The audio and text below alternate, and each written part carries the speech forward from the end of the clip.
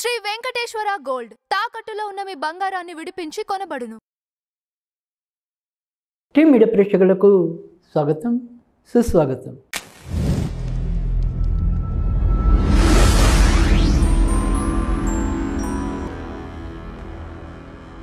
వృషభ రాశి. వృషభ రాశి వారికి జూన్ 9 నుంచి 15వ తారీఖు మధ్య మరి ఈ వారంలో ఎలాంటి ఫలితాలు ఉండబోతున్నాయి, ఏ విధమైన జాగ్రత్తలు ఎక్కువగా తీసుకోవాలి అనేది మనం సమీక్షించుకుందాం. వృషభ రాశి వారికి ఈ వారం బయట సమస్యల కన్నా కూడా ఇంటి సమస్యలు ఇబ్బంది పెట్టడం అనేది జరుగుతుంది. ఆర్థికంగా వీరు ఎంత సమయస్ఫూర్తితో ఉన్నప్పటికీ కూడా అలవి కాని ఖర్చులు చోటు చేసుకోవటము ఉంటుంది. అమ్మగారి పరంగా చిక్కులు పెరగటం అనేది కనిపిస్తోంది. ఇంట్లో ఎవరైనా సరే దీర్ఘకాలిక వ్యాధులతో ఇబ్బంది పడుతున్నట్టయితే వారి ఇబ్బంది మరింత పెరిగే పరిస్థితి అయితే గోచరిస్తుంది. అమ్మ అటువైపు ఉండే బంధువులతో తాత్కాలికంగా మనస్పర్ధలు వచ్చడానికి కూడా వీలుగానే కనిపిస్తోంది. విదేశాలకి వెళ్ళాలి అనుకుంటే కనుక మీ మనోరథాలు ఫలించటం అనేది అయితే ఉంటుంది. వ్యాపారస్తులకి ఈ వారమంతా కూడా మంచి ఆశాజనకమైన పరిస్థితులు అయితే కనిపిస్తున్నాయి.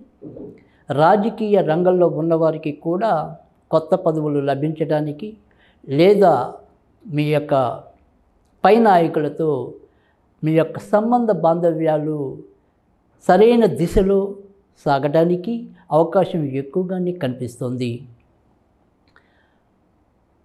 ఇక వ్యాపారస్తులు అయితే కనుక ముఖ్యంగా వైద్య రంగంలో ఉన్నవారికి, భవన నిర్మాణ రంగంలో ఉన్నవారికి, డిపార్ట్మెంట్ స్టోర్ ఇలాంటి వాటి వ్యాపారంలో ఉన్నవారికి మరింత యోగ్యదాయకమైన వారంగా ఈ వారం ఉంటుంది.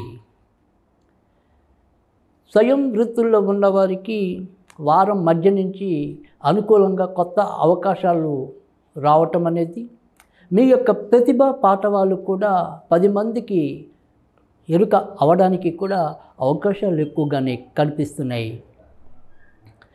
విద్యార్థులు ముఖ్యంగా ఇంజనీరింగ్ చదివే వాళ్ళకి, మరి గణిత శాస్త్రం ప్రధాన అంశంగా ఉన్నవారికి, బోధన రంగం అంటే బీఈడి విద్యార్థులు కానీ అలాంటి వారికి మరింత యోగ్యదాయకంగా ఈ వారం ఉంటుందని కూడా చెప్పచ్చు. ఎముకలు, కీళ్ళు, దంత వైద్యులకి మరింత మేలైన లాభాలు ఈ వారంలో లభించనున్నాయి.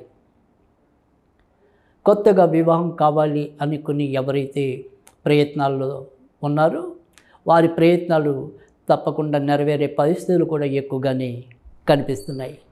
కోర్టుకి సంబంధించిన వ్యవహారాల్లో పురోభివృద్ధి కనిపిస్తుంది. కొత్తగా ఇల్లులు కొనాలన్నా, భూములు కొనాలన్నా మరి బలమైన ప్రయత్నాలతో విజయం పొందటం కూడా ఉంటుంది. ఉద్యోగస్తులైతే కనుక పనిభారం పెరిగినప్పటికీ, వీరి మీద అదనపు బాధ్యతలు మోపబడినప్పటికీ మొత్తానికి ఎటువంటి చెడు కళంకమైన పరిస్థితులు లేకుండా మీ యొక్క విధానంలో ముందుకెళ్ళటం అనేది అయితే కనిపిస్తోంది. ఈ వారంలో వీరు ఏదైనా సరే కొంతవరకు జాగ్రత్తగా ఉండవలసింది ఏదైనా ఉంటే కనుక చతుర్థ చక్ర వాహనాలు అంటే కార్లు ఇలాంటి పెద్ద వాహనాలు, భారీ వాహనాలు నడిపేప్పుడు కొంతవరకు జాగ్రత్తగా ఉండటం అనేది అవసరం. అమ్మగారితో సయోధ్యగా ఉండటం అనేది అవసరం.